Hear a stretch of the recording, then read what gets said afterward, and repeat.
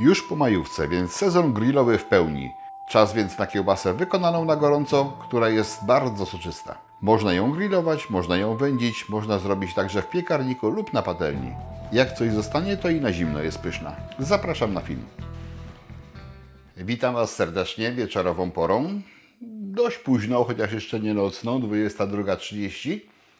Ale to dobry czas dla mnie, kiedy mam wszystkie tematy pokończone i mogę się wziąć za jakieś działania z mięsiwem, tak jak będzie w tym przypadku. I w tym przypadku mam zamiar wykonać kiełbasę grillową, kiełbasę, która mi jest potrzebna na jutro.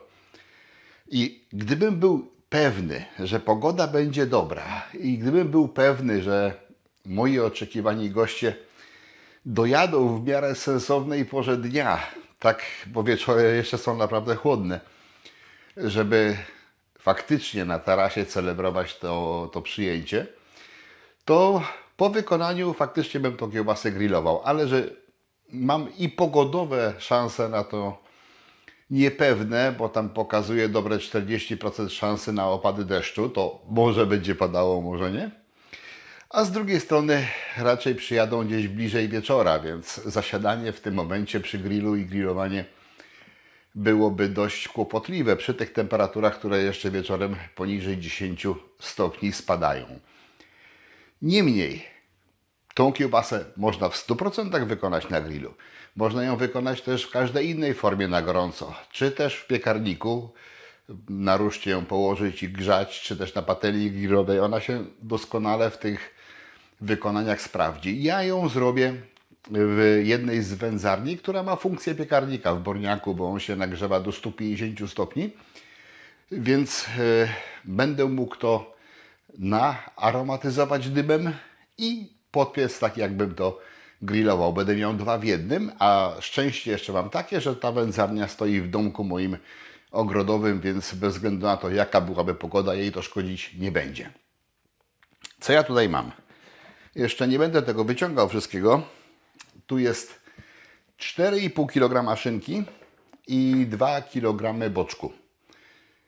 I nie w całości to wykorzystam, bo moja pani zastrzegła sobie, że 70 deko tej szynki ona chce do swoich celów domowych, bardziej prozaicznych niż tu moje działania. Ale polecenie wykonać muszę, więc będzie 3,8 kg szynki i 2 kg boczku. Wszystko zmielę w jeden sposób na oczku 8 mm. O przyprawach powiem już w narracji, wszystko co jak. Dzisiaj tylko przyprawię, wrzucę to do lodówki, a jutro będę się zajmował dalszymi działaniami. I teraz jeszcze mała zmiana tematu, jeżeli chodzi o mielenie, bo przy okazji coś sprawdzimy, wypróbujemy.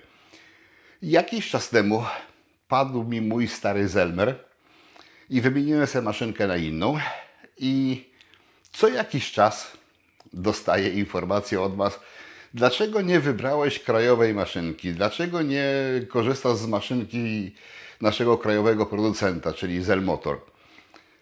Raz, drugi raz, trzeci raz. Szczerze mówiąc, ja takiej maszynki na oczy nie widziałem.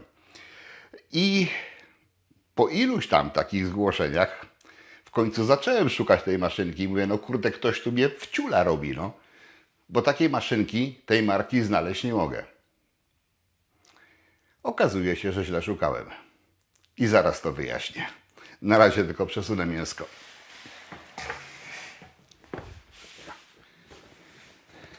Bo właśnie znalazłem i sprowadziłem. Zobaczymy, czy mówiliście prawdę, że ta maszynka jest taka dobra.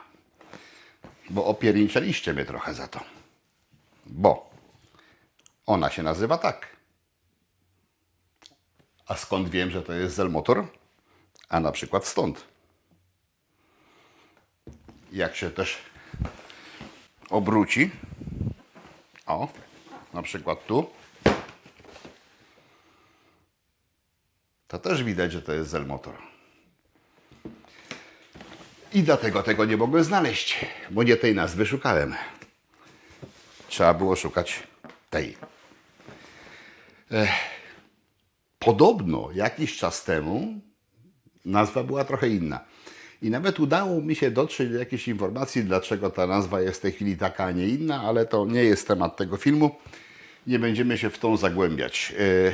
Muszę ją rozpakować, muszę ją wymyć i zmielimy to mięsko. Nie będzie to jakimś super wyzwaniem, ale na tyle już dużo na różnych maszynkach pracowałem, że będę w stanie i po tym kilkukilogramowym mieleniu zobaczyć, jak to się sprawuje i czy mieliście rację. Na razie muszę ją umyć.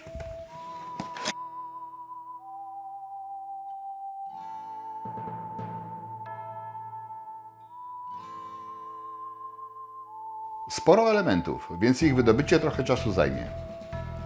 Muszę wszystko rozpakować i umyć.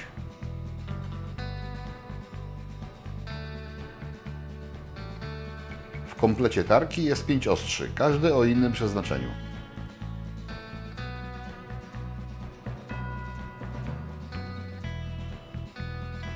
Bardzo ciekawy jest ten wpust do wnętrza tarki. Pierwszy raz taki widzę. Do tej pory łyżką wygarniałem, jak się coś w środku zablokowało. A tutaj jest taka zjeżdżalnia, która powinna tarkę opróżniać. W komplecie są 3 różne sitka do mielenia, dystans używany przy napełnieniu kiełbas oraz zapasowe sprzęgło. Tacka z okrągłym otworem to do maszynki do mięsa, a ta z kwadratowym to do tarki. Maszynka ma sporą moc zablokowania silnika, więc powinna sobie radzić z mieleniem. Mięso rozdrabiam na kawałki pasujące do gardzieli maszynki i rozpoczynam mielenie na sitku 8 mm. Zwykle ten fragment w filmach mocno przyspieszam. Ale tym razem jest to zwykła prędkość. Zobaczcie, jak bez żadnego przyspieszenia wygląda działanie tej maszynki. Trzeba przyznać, że sobie radzi.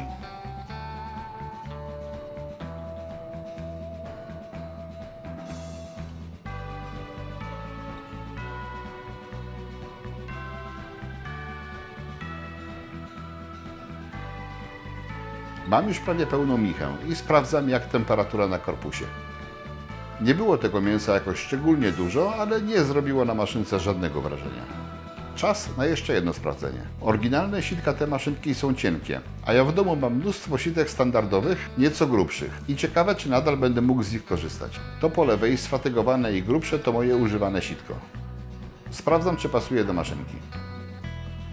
Pomimo różnicy grubości wydaje się, że pasuje. No to próbuję mielić.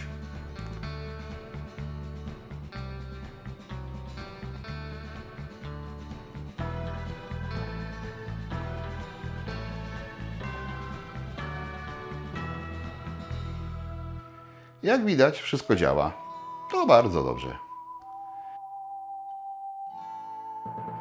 Przygotowałem przyprawę. 90 g soli zwykłej, 2 łyżeczki białego pieprzu, 2 łyżeczki suszonej prażonej cebuli, 1 łyżeczka papryki słodkiej, 1 łyżeczka papryki ostrej i jeszcze na koniec 2 łyżeczki suszonego pora. Może też być por świeży, ale wtedy dodałbym go dnia następnego. Jeżeli kiełbasę wykonywałbym w piekarniku, to zamiast papryki zwykłej użyłbym papryk wędzonych. Przyprawy mieszam z mięsem.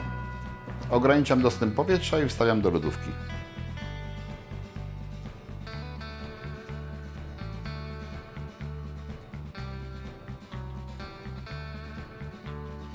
Dzień następny. Nadziewarka przygotowana. Mięso bardzo chłodne, bo prosto z lodówki.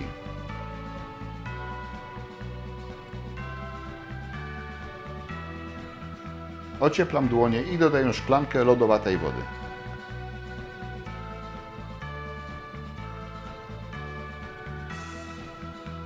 Mięso porządnie wyrabiam, a jak już stanie się jedną kleistą masą, to przekładam je do korpusu nadziewarki.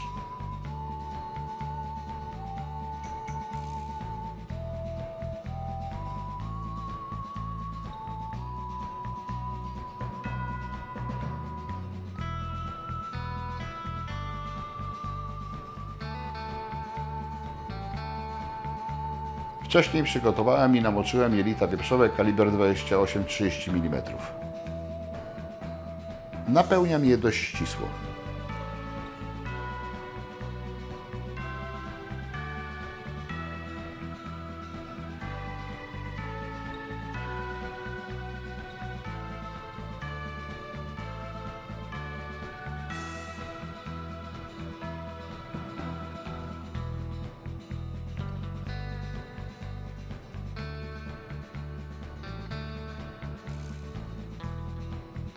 Teraz skręcam kiełbasę w długie pętka, ale można zrobić krótsze lub nie robić ich wcale.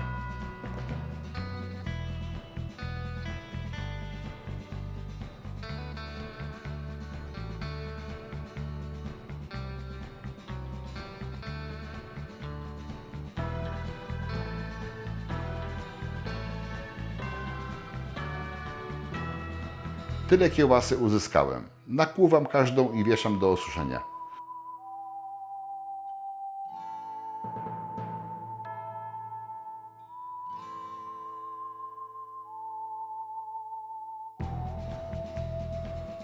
Wstępnie osuszoną kiełbasę umieszczam w wędzarni. Ustawiam 45 stopni Celsjusza. Dosuszam i rozgrzewam kiełbasę.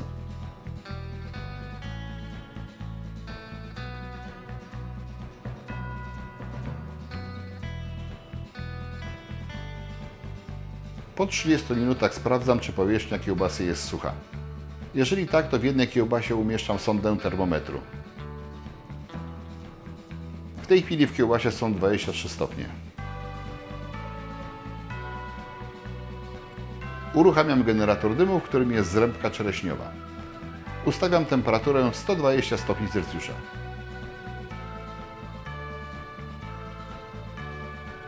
Tak jak kiełbasy powiesiłem w wędzarni, w ten sam sposób można je powiesić w piekarniku.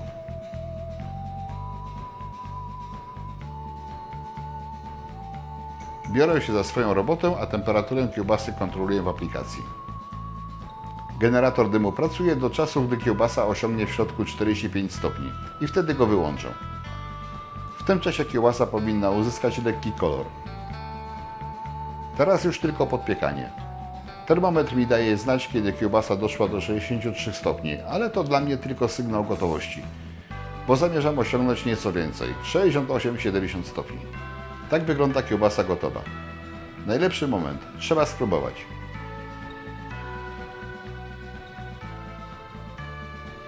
Kiełbasa jest gorąca i bardzo soczysta.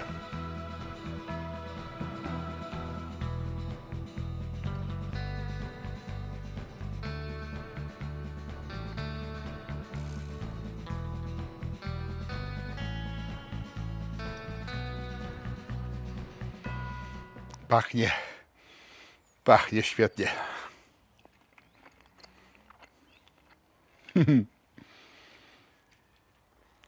Ja zawsze powtarzam, że dodatek prażonej cebuli w gorących kiełbasach robi naprawdę świetną robotę, a jeszcze tutaj dorzuciłem pora suszonego. Gdzieś mi kawałek uciekł. Szkoda, bo jest bardzo dobre. Przepraszam. Po prostu się powstrzymać nie mogę. Gorąca, naprawdę smakowita, pyszna. I co jeszcze? Podsumowanie tylko. Jak zwykle można w prognozy pogody ufać, prawda? Miało być 40% szansy na deszcz, a jest cicho i mało co chmurek. Może też cisza przed burzą, ale do tej pory faktycznie kropla nie spadła. Ale jest chłodno. Jest chłodno na tyle, że faktycznie palić grilla o tej porze byłoby kiepsko. A tak kiełbasę mam gotową, zaraz ją wybieram z wędzarni, niosę na stół i będziemy biesiadować. Jest tego tyle, że jest szansa, że coś zostanie, a jak coś zostanie, to pokażę też, jak to w dniu następnym, czy może po 2 dniach będzie w przekroju wyglądało. O ile zostanie. A póki co, to się żegnam. Trzymajcie się w zdrowiu. Poproszę o kciuki w górę. 3 razy już podnoszę, to mam nadzieję, że nie zapomnicie. I bardzo też chętnie bym widział Wasze komentarze. Co myślicie o takiej kiełbasce? Spróbujcie, bo naprawdę jest w smaku bardzo, bardzo dobra. Zresztą widać, jak mi się morda śmieje. Na razie, trzymajcie się, hej. Gorąca kiełbasa, prosto z wędzarni na biesiadny stół. Ostatni rzut oka.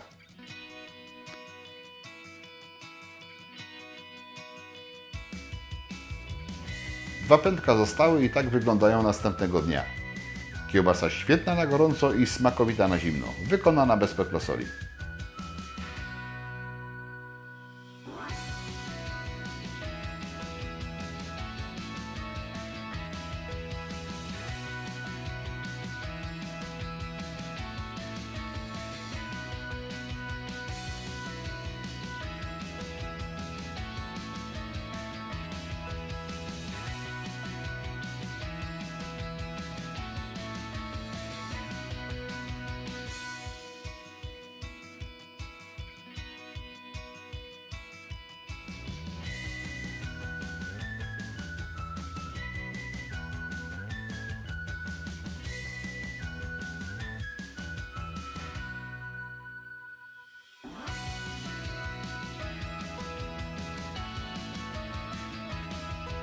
Chcesz więcej filmów o kiełbasie grillowej? Kliknij w kafelek widoczny na ekranie. Zapraszam.